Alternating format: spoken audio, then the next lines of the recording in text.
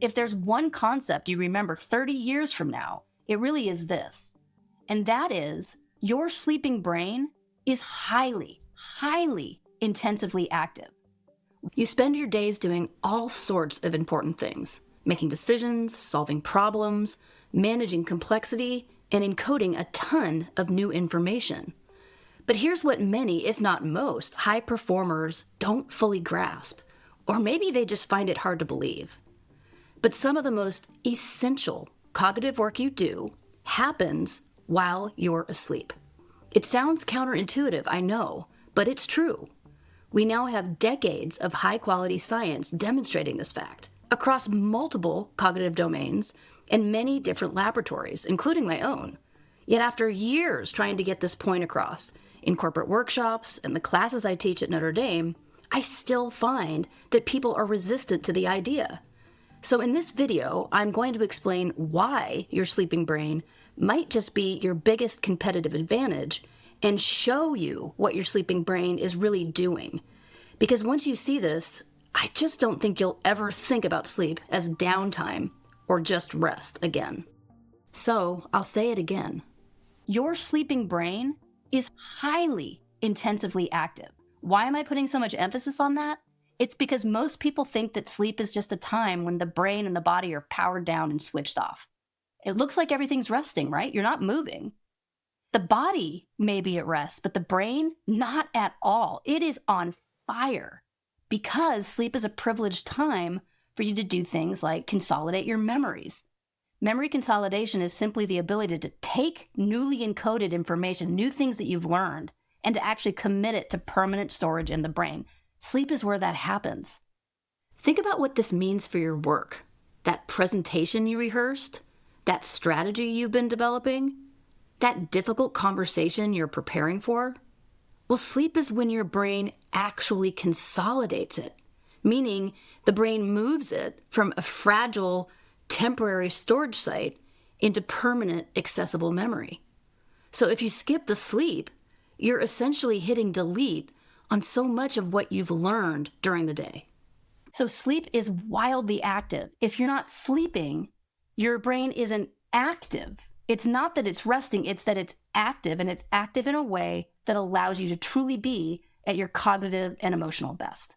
If you go out and you ask people at work or on the street, hey, what is sleep? What does it do? You will invariably get answers like, well, it's just a time where the brain rests and it rejuvenates and restores things. And it does restore things, but it does so much more than that. And what it has to do for you truly is active.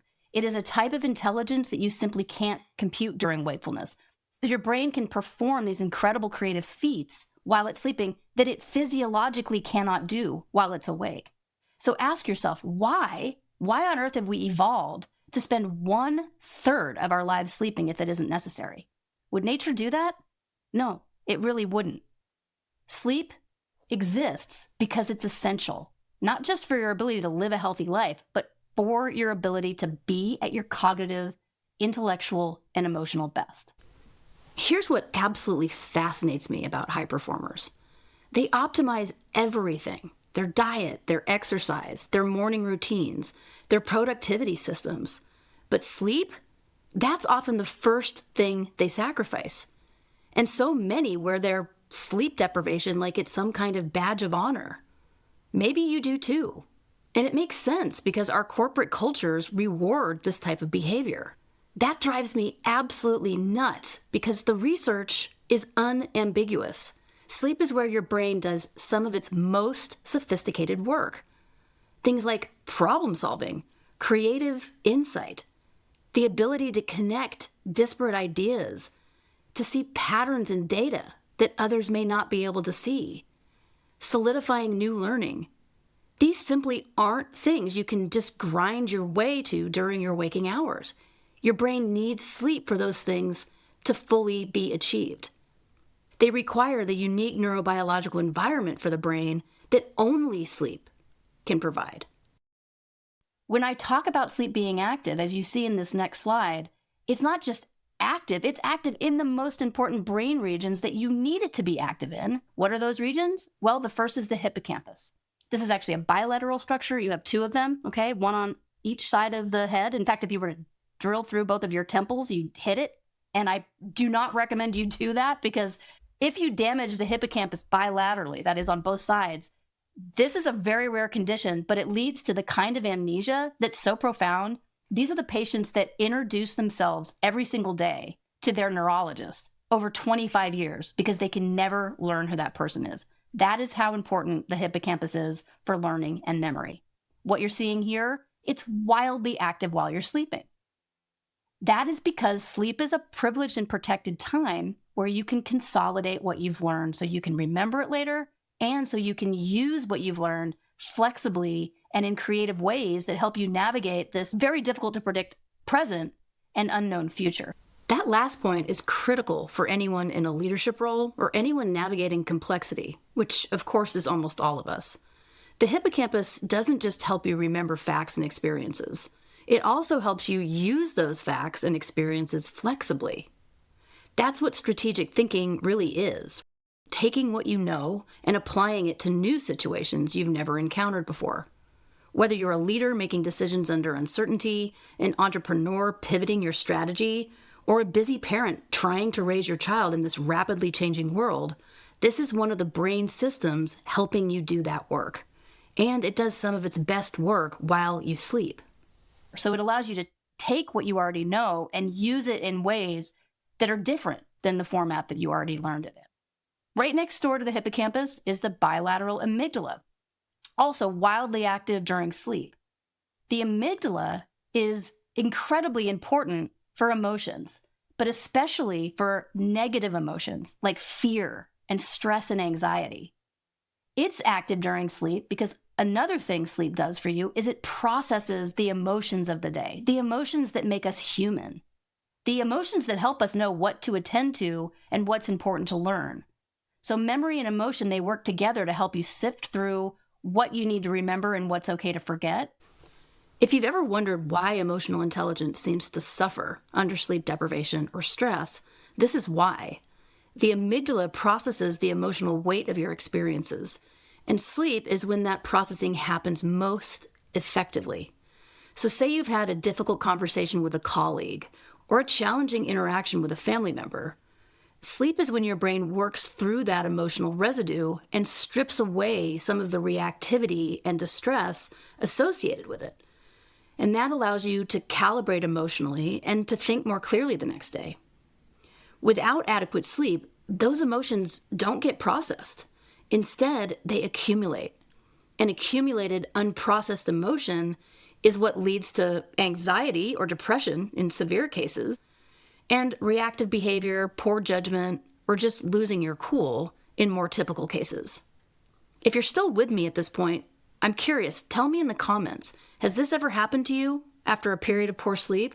It has certainly happened to me. In addition to helping you consolidate memories, that amygdala activation is also helping you regulate your emotions. But it can't do that alone, all right? So the amygdala is active because you're processing the emotional tone of your experience throughout the day, and frankly, your experience throughout your life as a human. But also wildly active during sleep is a region called the ventromedial prefrontal cortex and the anterior cingulate. These are much more newly evolved systems in the medial prefrontal cortex, which is right here behind your forehead. The frontal lobe is actually quite big, and this is the part that's sort of closest to your eyes. And it has many roles that are important for you, but especially your ability to regulate those emotions. So the way that works is that the amygdala is wildly active at night, and it's especially processing, sometimes over-processing, negative memories, negative affect, negative emotions like fear and anger and anxiety. But it does this under the regulatory control of this much more newly evolved system sitting in the medial prefrontal cortex that keeps it in check. So I don't want to denigrate the amygdala. You need your amygdala to make good decisions. Our emotions are incredibly important. The problem is when they get out of control. Then they can spiral out into an anxiety disorder or a case of clinical depression. So you need to process those emotions. You need to let them help you learn what's important about the world. But you need to do that while these much more newly evolved regulatory systems are keeping a brake on it so that you can let the brake up and then push it again, let it up and push it again. So it's a dance that happens between these newly evolved systems and these much more, quote, primitive systems, because yes, even lizards have amygdala. But by regulating the amygdala system, you're able to utilize your emotions in a way that's adaptive, that helps you make good decisions, that helps you figure out how to talk to people, to navigate emotional dynamics.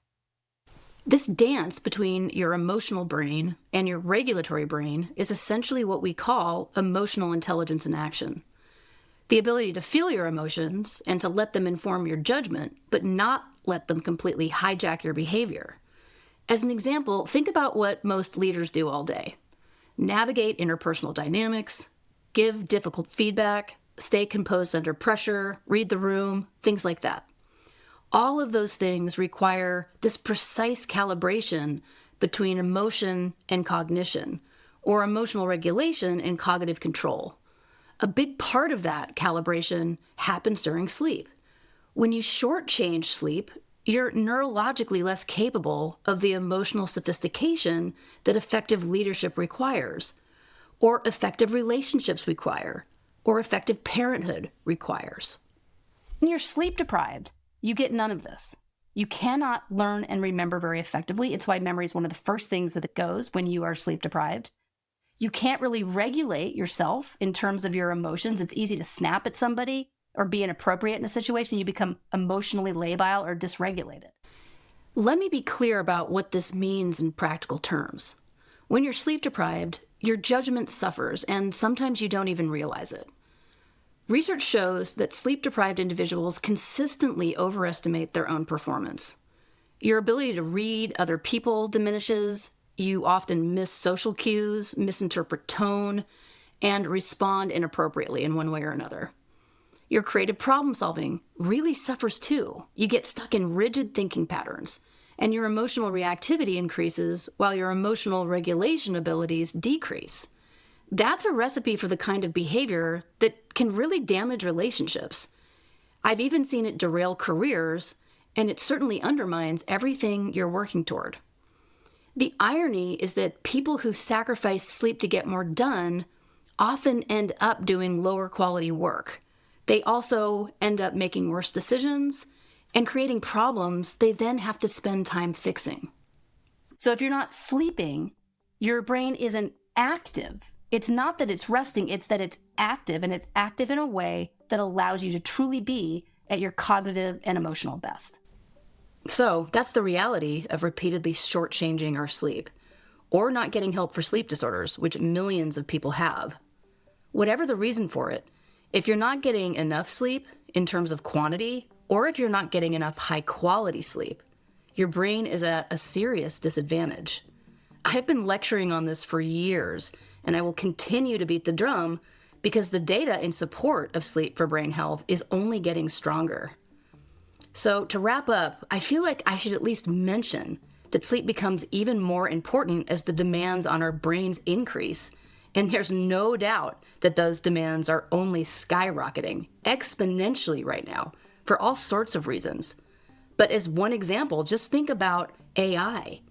So many of us are trying to figure out how to best use AI and how to navigate this brand new world AI tools and agents are ushering in. There's a lot of pressure on our brains right now. And in a sense, that's always true. But I think that most of us can agree that there very well may be more now than there ever has been. So here's my challenge to you. Stop thinking of sleep as the thing you do when you're done working, and start thinking of it as some of the most important work your brain does. If you want to perform at your best, whether you're leading a team, building a company, mastering a new skill, or just trying to be a better human, protect your sleep like your success depends on it. Because neurologically speaking, it really and truly does. I'm Dr. Jess Payne, and I'll see you in the next video.